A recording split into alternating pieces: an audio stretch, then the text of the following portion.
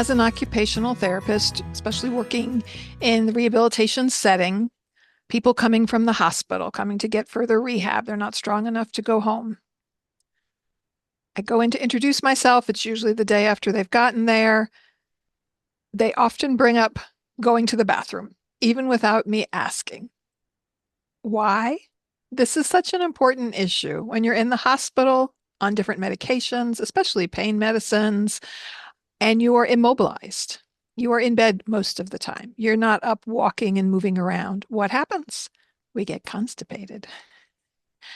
And it's like a known standard before you leave the hospital. They want you to have a bowel movement. Yes. And so people come to us often, maybe they've been given supplements, Miralax, those kinds of things to help them move their bowels, right? And then they go from one extreme to the other. And it's an ongoing challenge. Talking about if you talk about gut health, we won't get into that today, but just balancing the microbiomes that go on in our gut that maintain our overall well-being, but also just thinking about the process of digestion and things moving through us and how strongly that's affected. Not only, we're eating different foods if we're in the hospital, or, maybe not getting the fiber, maybe not getting enough fluids. So there's lots of different factors involved. So I've had many stories where I go in and um, people just start talking about this, and I've come used to it. And so my father, when he was living, was in and out of the hospital multiple times.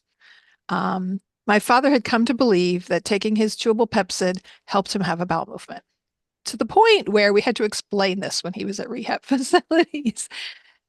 And most doctors were like, okay, if it has a placebo effect or whatever, this is okay. People used to think he was asking for a Pepsi when he was saying Pepcid, and he was used to the chewable kind. My mom would let him have like up to two a day. And so it was a big deal. And he had had back surgery. He was uncomfortable when you're uncomfortable trying to go to the bathroom. So one time he was at the hospital and my brother was there. I had a cousin visiting from out of town. And my dad had to use the bathroom. We all stepped out and he's calling out to us, "You got to see this." And we're like, "Okay, it's okay, Dad. We're good." And my cousin Tommy, he's like, "Okay, Uncle Pete." And he marched in there. He had helped care for our grandfather and, was just used to this kind of thing. And, my dad proudly showed him his large bowel movement. And it was quite the laugh, to have. And my dad even laughed about it. And um, it's a big deal thinking about going to the bathroom when you can. So, hello, this is Gina And this is Don. from Focused Healthy Family. This is podcast number 157. And today we're talking about occupational therapy on the toilet. So, we're going to talk about the toilet as well as bathroom related issues. But first, Let's do our tip for today. And this, of course, comes from Caregiver 101, the 101 Ways to Keep Caregiving from Making You Crazy by Mike Collins. It's a really good book. Now, this one's a little bit long, but it's about speed cleaning your bathroom. I figure since we're talking about bathrooms, this would be a good one. And this is about caregivers and what can help them make their life a little easier. So, no matter if your bathroom looks like you should be wearing a hazmat suit when you clean it, here are ways you can do it quickly and effectively. Get the timer you bought in tip number 2, and he talks about getting a timer to be able to set time for different things. Assemble your cleaning liquid with bleach, latex gloves, paper towels, toilet bowl, brush, and sponge. Be sure to get cleaning liquid with a spray nozzle. Crank the timer to 5 minutes or set your phone and get started.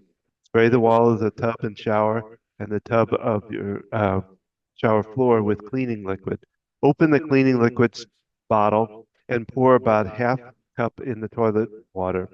While your cleaning liquid is working its magic, clearing everything from the bathroom counter, put it in a box the medicine cabinet, or under the sink. Next, clean the counter, sink, and toilet tank with cleaning liquid and sponge. Use paper towels to polish faucets, handles, and mirrors. Ding! Stop and rest for a minute or two. Then crank the timer for another 5 minutes session. Clean the toilet bowl with your brush and use the sponge on the tub shower area. Forget scrubbing the shower curtain. Everyone, every couple of months, replace the plastic inner curtain with an economical one. Use wet paper towels to wipe off the base of the toilet and wipe the floor of dust and hair.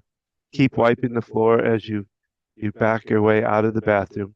And if you have a carpet in your bathroom, you must you can make it another 5 minutes or catch the next time. So in other words, vacuum it. That's the cleaning tip for today. I just want to add to that. Don throws our kind of heavy duty shower curtain into the washer and then hangs it to dry. That's another effective way Yeah. to clean the shower curtain. And whatever cleaning products you might choose to use, we can leave that up to you, whether or not you use bleach, but there's a number of different other products out there. Well, before we start, hey Gina, I got a joke for you. All right. What runs all day but never gets tired? What runs all day but never gets tired, Don? Water. And then one more about this is about the bathroom. Why did the bathroom break up with the kitchen? I don't know, something about the sink. Because they couldn't flush out their differences. So we're talking about the bathroom today. So to expand beyond just the toilet, like I said before, as an occupational therapist, a big part of my role is helping individuals with going to the bathroom, promoting the activities that they need to do, the safety and getting in and out of the bathroom. And I just found, just to kind of cover some of the areas an OT would address, they would address the motor skills needed. So standing, sitting, the balance, and getting on and off the toilet, called transferring. The sensory processing needs, so such as smells, sounds, feels of the bathroom, the cognitive skills, recognizing the need to go to the bathroom and planning the steps that you need, to go, following instructions, like taking clothing off before you sit. Believe it or not, that's a common thing that they don't. Having the supplies necessary if they wear some incontinence pads, dealing with the behaviors related to it, and setting up, routines of healthy habits of going regularly. A most common thing we do with people having incontinence issues, but can physically get on off the toilet with a little bit of help, is having caregivers take them on a regular schedule, usually every 2 hours. And then the environment, the modifications for safety in the bathroom, whether it's a non-skid rubber mat in the shower, grab bars, raised toilet seats, and those types of things. So just looking at in general is why I spend a lot of time on this topic. Why? Because unless you have both a colostomy bag for bowel collection or and a catheter bag, and where you're not having to go sit on a toilet, these are skills that we need. These are part of our daily functioning, and that's what occupational therapy is all about, is our daily activities. I don't know, do we want to talk a little bit about going to the bathroom when you're in the hospital? Are we want to touch on just home? Well, sure. Um, and there's a big, sort of a big thing that comes up a lot. The hospital has different rules and regulations than a rehab, skilled nursing facility, and as far as safety and walking. So this plays a huge part where someone in the hospital might be given a walker and allowed to walk in the bathroom. Then they come to rehab and they're told, you have to call for assistance. And the nursing to patient ratio is so different in the hospital than the rehab. So if you were frustrated with your nurse, not your assistant, getting to you on time when they have maybe 6 patients to one nurse, come to the rehab facility, there's one nurse for maybe a hall of 20 or 25, and maybe each nursing assistant has anywhere from 8 to 10 patients to all take care of. And so it's a challenge. And people talk about call times and responding to call bells and getting there in time to take people to the bathroom. And it's a big frustration.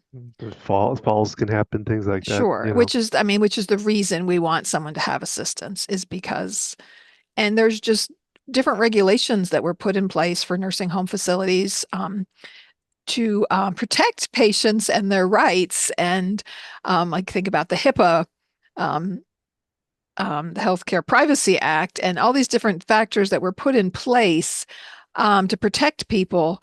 And so, if there's too many falls happening in the facility when the state comes to do their accreditation, that looks negatively that you have patients that are falling. So how can we prevent these things? So there's things that are put in place which sometimes don't make a lot of sense, and sometimes leave the patients frustrated, the family frustrated, even the therapist frustrated. So knowing these differences and trying to understand this, and this is where having family members, depending on how much help someone needs, to be there and assist. Um, there's a new thing in the hospitals. It's called the PureWick, and so it's a system that literally provides a little suction. So you think about a man in the hospital, he can easily use um, a urinal, right? And for women, this is a little bit more of a challenge, and no one likes sitting on a bedpan. So this system just um, gets set up in your private area, and it helps to with managing the elimination of urine. And so most people have said they really like it, so they come to rehab. Do you have one of those? That way they don't have to wait for people to go to the bathroom. Trying to describe this because I don't know what you talk about suction. Not sure if I want to know what that is, but It's a very light. okay, Um, my dad was actually a facility where they used it for men. okay. So it's just, it's much better than, wearing a brief. It depends, a diaper that's going to collect it. You're still going to have some on the skin. Who wants to just sit there and, pee in your diaper? Oh, that's the okay. I know what it is now. I remember now. Okay. Yeah, Don was very involved, as was I in my dad's care over the years. So understanding these challenges, right? Understanding where the facility is coming from, and yet also knowing, this is your loved one. This is your parent. This is your spouse. This is your dad. And wanting to advocate for them. And if someone has to go to the bathroom, you're gonna get up and go. These falls often happen early in the morning or in the middle of the night. What do we do? If we wake up and have to go to the bathroom, we're going to get up out of bed and go to the bathroom, whether we have dementia or not, even if we physically, have been injured. Someone might not realize, I can't just get up and get out of bed anymore. And so having things in place um, to improve safety. And this is where I get frustrated because we're telling people to stop going to the bathroom. We wonder why people have incontinence issues when they're told not, to go when they need to. And think about, potty training children. It's them cueing into that feeling that they've got to go and then going in there to go, right? So now we're telling people the opposite. Oh, don't, wait for people. It doesn't matter if you go. And depending on the person, taking a fall could really set them back. Um, so those are things to be thinking about. So let's move into the home. So also, and also when you're at a facility, most places have nice grab bars to make it easier. Mm. It is easier to pull up than to push up. Yet, you want to make sure what you're pulling on is not just a towel bar, it's not just the handheld shower hose. You don't want to be pulling up on a walker that can easily tip over and fall down, but a properly secured and mounted grab bar, which, if you're installing one at home or at a facility, making sure it's in studs in the wall and done properly so that it is secure, and having it at the right height is important. There's kind of a standard height range. I know I was helped my mother set up a grab bar in the bathroom, and my dad is short. And so thinking about his height and what would be best for him. There's placing it vertically versus horizontally versus on an angle. So there's different places and locations to put that. And so those are things to consider. And if you're going home, advocating to have home health therapy, even if all they do is come out and help show you, where to put some things in your home, Mhm.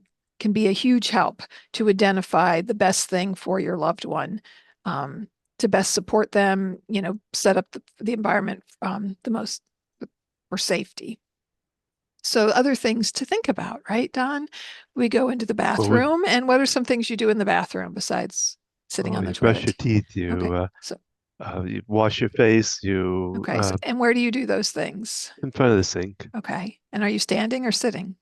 standing. Okay, what if you have a broken leg and Wait a you're minute, I'm getting questioned if you have a broken leg here. and you're told you're not supposed to put any weight on that leg? Oh, then you have to balance in one leg or stick it on something like those little carts or whatever that you have, I guess. I don't know. Stick it on a cart? Stick what Well, on a cart? like if you broke your leg, you can get one of those carts that you can wheel around on. Okay. What was the question A what cart, answer were you looking a for? cart to wheel around. I'm Don't you, the little go-karts. I remember Stephanie had one. I know a couple of people have had them. a go-kart. It's not a go-kart. It's just a little like scooter kind of thing that you can Like a rest knee your, scooter? a what A scooter? knee where you put your knee on it, or you're talking about Yeah. something that you sit on. Question. You put it on a little cart. Little little go-kart. Um, With a well, little the engine. first thing would be finding a way to sit down. Oh, there's another answer.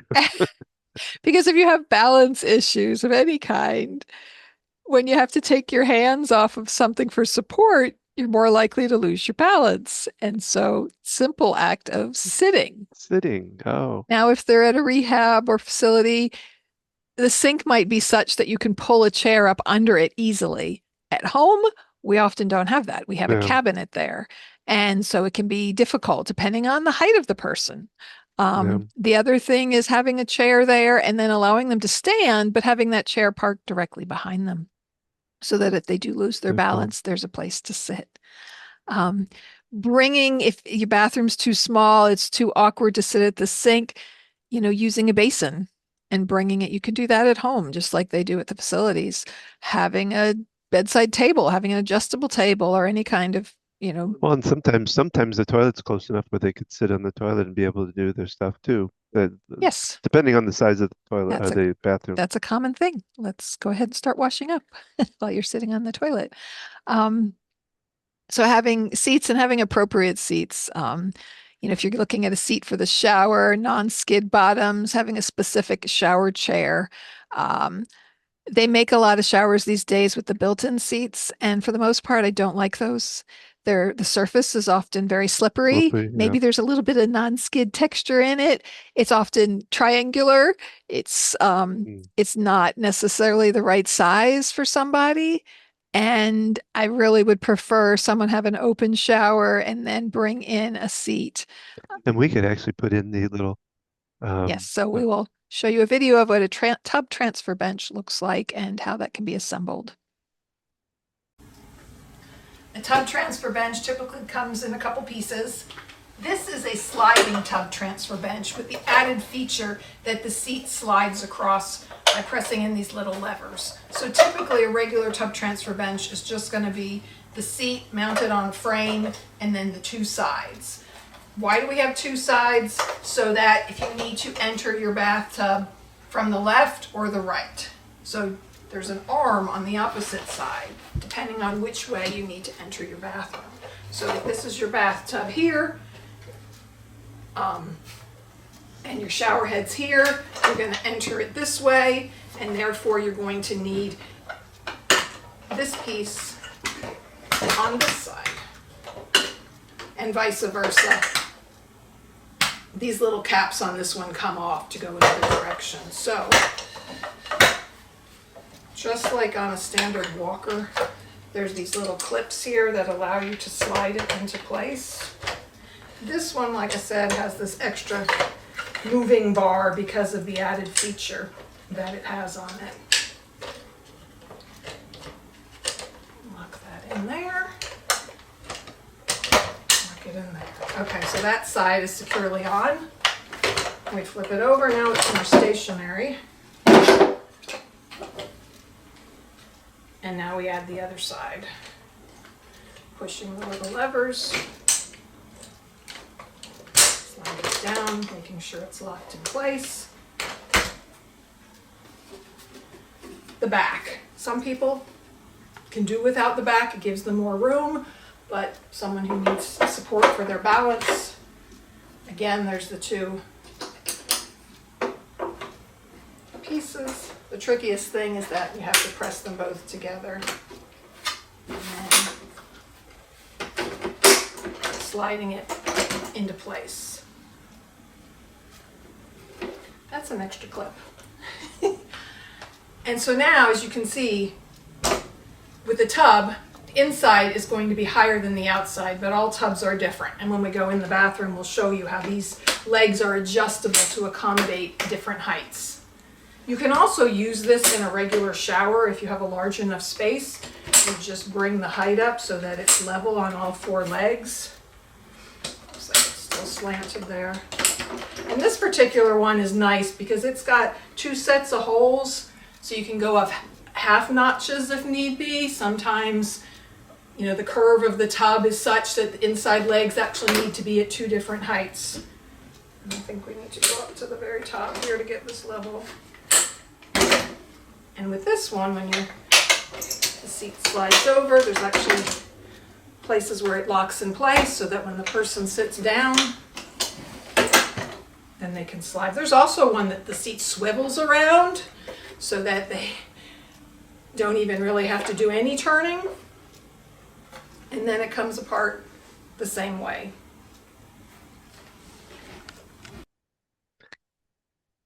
And so there's different types of, there's a regular seat that just sits with both legs inside the shower. There are really a lot of different products out there that can be utilized now. And I mean, there's companies that will refit your bathtub where the tub actually opens up so someone could still Yeah. bathe. So there's lots of different options out there. If, you know, you're looking at low cost or low maintenance or, you know, the time as far as having those jobs done, you know, having some simple solutions. One big thing is a walk-in shower versus a tub shower. So, Don, you know what I mean by that. I don't, some people look at me. This is one first question I ask people, knowing that we're planning for them going home. Because most walk-in showers have maybe a small lip to step over. That's ours is like that now. It can vary. Yeah. And versus think about the side of a bathtub. You know, it's a much deeper step that you have to step over. So your leg's broken, you can't put weight on your leg. How are you going to get into the shower?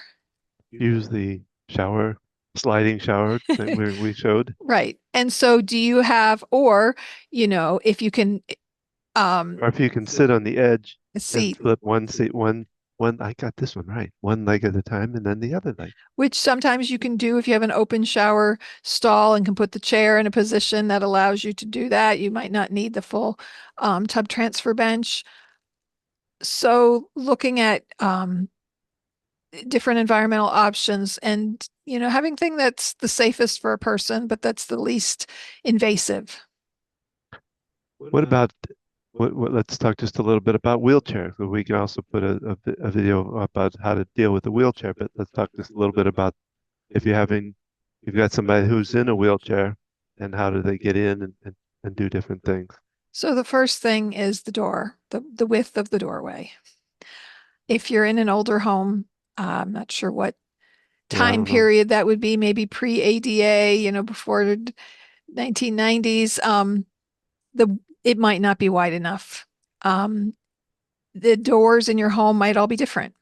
We have a very nice primary bedroom with a large opening, wide door, the walk-in shower, Mhm. and our guest half bathroom in the hallway is tiny, and the door is really narrow.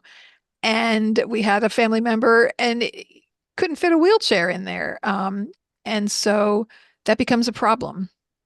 There's different adaptations that can be done from taking a frame of a door off if it needs just slightly wider, Mm. the width of the person's wheelchair. Now, if you get your wheelchair through a therapist who's recommending the right size and fit for you, it may or may not fit through the door. And sometimes we get someone a narrower wheelchair than we'd otherwise get them to accommodate their home, or having a separate, there's something called a transport chair. It tends to be narrower, but it's also lightweight, foldable, collapsible. And so that can be in, having to utilize a different type of chair to get in and out through a narrow doorway. Even just the threshold getting into a bathroom, it used to be if you had a tile floor, there was like I don't know if it was a quarter of inch, A little kind of step up kind of thing. barrier, between the carpet and the floor, and that can be an obstacle.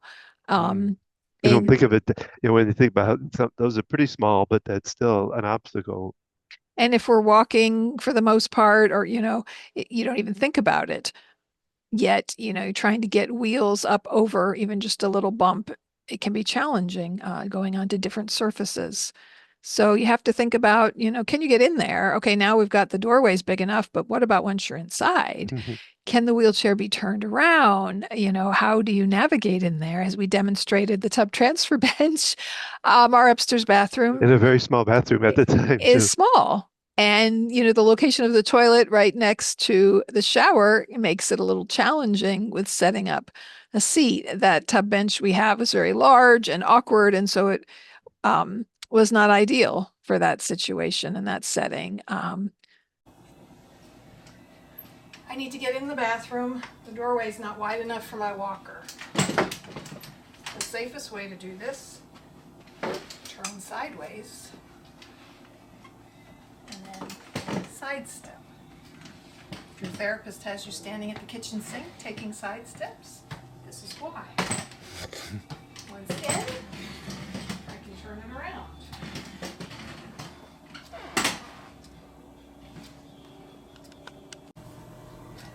So we positioned it to enter from my left side. I've adjusted the leg height so that it's level surface going flat across.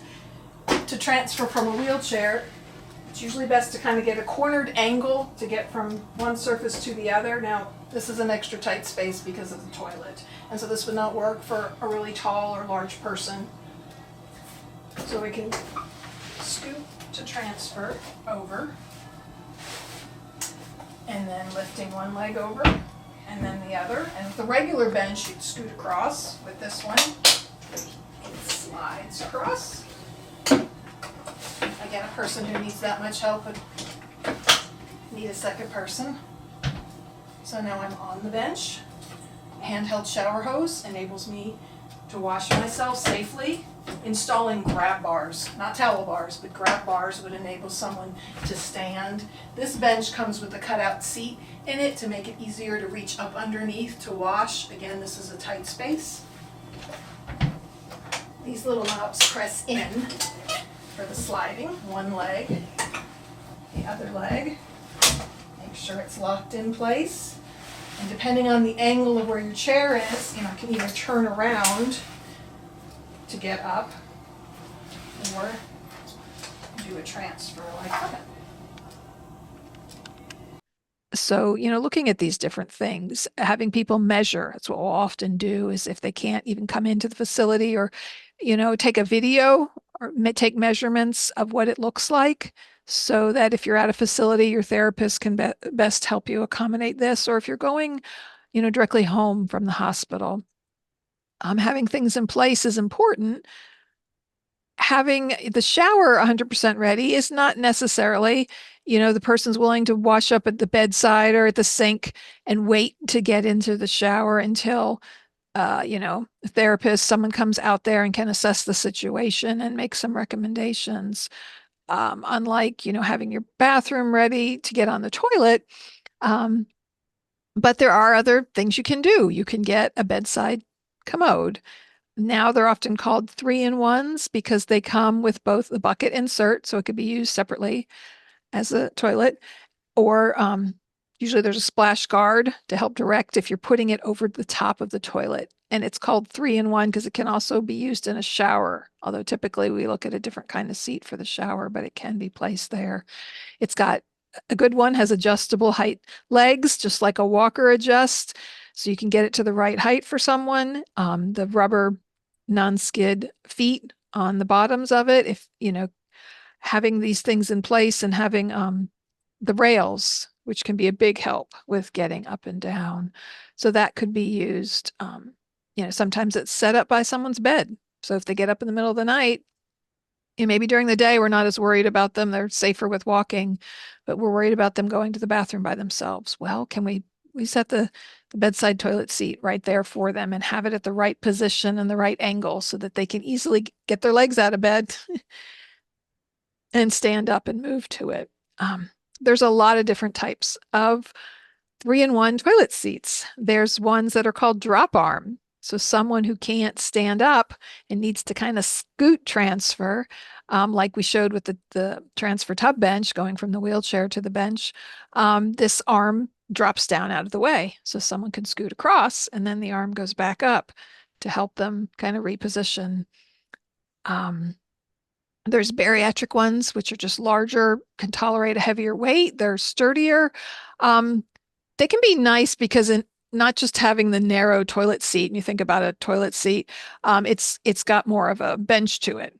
And so, especially if you're having to scoot across it, it's a firmer surface, and it can feel sturdier for someone, especially a larger person.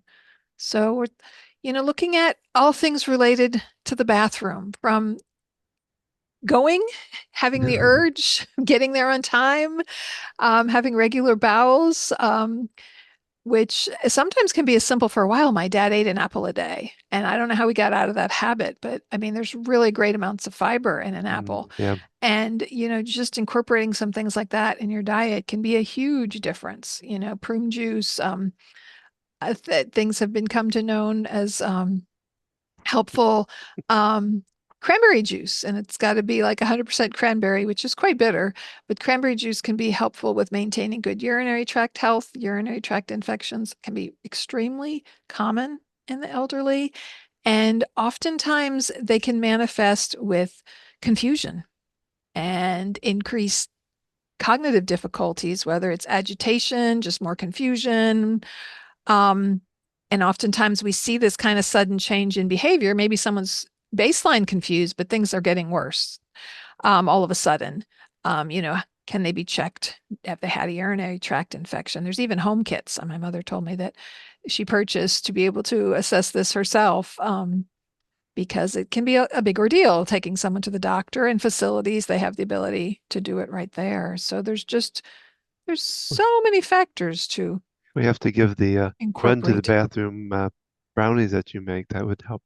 Uh, Years ago, that's another fun story. Um, at the time, was doing a lot of non-dairy, so a lot of Yeah. vegan things. I don't know if they were really vegan. They might have had eggs in them, but there was a brownie I recipe think, yeah, I that think, was sweetened with prune puree. yeah. I think it was actually possibly a tofu-based brownie, and they were tasty. Like, you didn't realize they had prune puree in them. It's very sweet. Uh, You've got chocolate in there. You don't really taste the prunes. And I don't know how many my dad had, but he well, he decided, was a hoarder when it came to eating cookies a and stuff. You know, hoarder. just He he, not he a hoarder, but enjoyed he sweets. He enjoyed he sweets, he and enjoyed. He yeah. indulged. Yeah, I don't know if he came to call them run to the bathroom brownies, because I remember him No, saying, I think I "I don't know taught it, what's but in them, but it's making me have to go." Um, little humor for bathroom. so yeah, so there's just a lot to think about. And, we spend quite a bit of time often in our bathroom, from washing up to brushing our teeth. When we Um, have to think about the ability to hold a toothbrush, how to hold a washcloth, to be able to do the things that you need to do just with your hands, that might need some adaptations to um, the whole toothbrush, the washcloth, the soap, any of that stuff that they have to handle with their hands. Can they do that? yeah, And that's something you've broken you your judge arm too. and your leg, which happens a lot.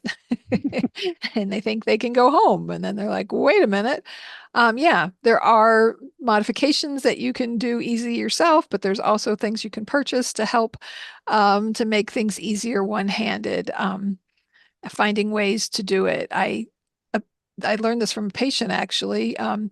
She had a stroke and only had use of one arm, and she would squeeze the toothpaste into her mouth and then brush her teeth. Ah, that's smart. Um, to make that easier to do. And she was in the habit of it. And, just some simple, different ways of doing things. I want to jump back to the bathroom as far as the toilet and things because, okay, I can get there. I can help my loved one get a little boost. We can get over the toilet. What about getting clothing down? Oh, That's a whole nother factor that yeah, needs that to is. happen. And sometimes it's a multi-step process. First, we get you over there, and Yeah. then we rock side to side. And that's where a grab bar on the wall can really help because having something to pull up, Mhm. even if they can raise themselves up a little bit. And that's where sometimes you need a second person for something as simple as going to the bathroom because if they need a lot of help to stand, who's going to get their pants up and down? This is something I've often write as a goal. So there's the transfer to the toilet, and then there's being able to manage their clothing, their hygiene. Um, so there's a lot of factors, and this is why, as an occupational therapist, I do often spend a lot of time in the bathroom with somebody because it's a very functional task. Can we, from their balance to getting in there, or using a wheelchair to navigating the transfer, locking their brakes, doing all the different components. You can get those pants down soon enough before. And wearing simple clothing, that's where we make recommendations. Loose fitting clothing, some have had women preferring to wear a gown or like a house coat kind of thing. It's easier to Pull up and manage. yeah. A lot of times people are wearing briefs if they have some incontinence issues in the bathroom. Well, you can pull those up and down, but it's really awkward and difficult. Versus a pull up, which is very similar to like a child's pull up. It's stretchy material, but it's got absorbent fabric in it. It's so much easier to get that up and down, taking someone to the bathroom. So there's lots of different products out there we can utilize, things we can do to help, asking the right professionals to step in to help you out, finding things. One thing I don't want to forget to mention with the tub transfer bench. So you got two legs outside the tub, two inside the tub. What about the shower curtain?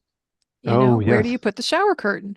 Well, there's one trick where you cut a shower curtain. You actually have two, one that stays on the outside and one where you cut it so it'll fit around the seat.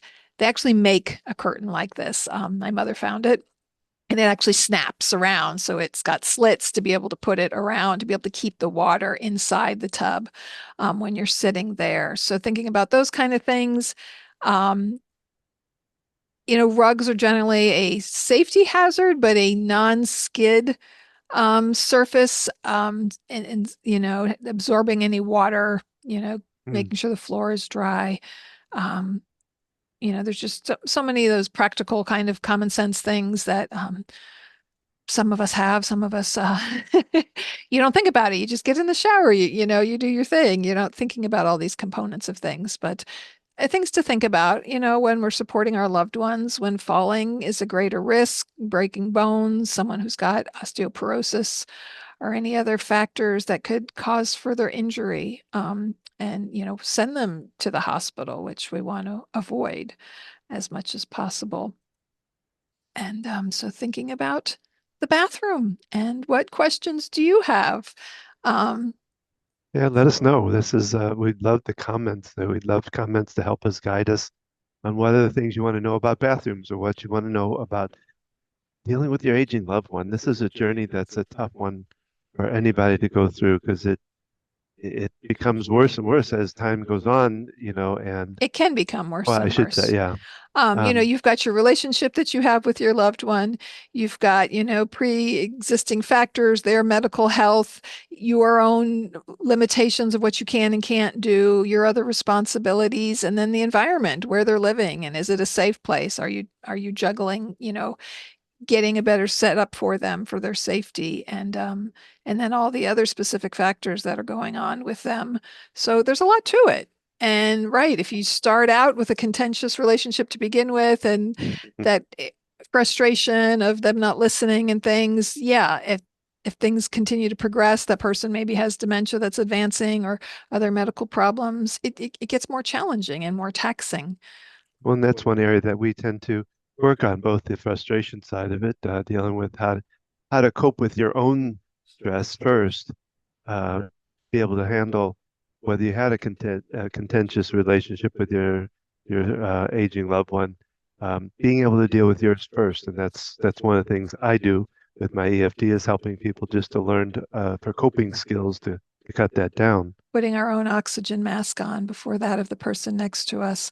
We have to take care of ourselves. It's really so important and so true. And how can we cope? Because we're not going to change the other person.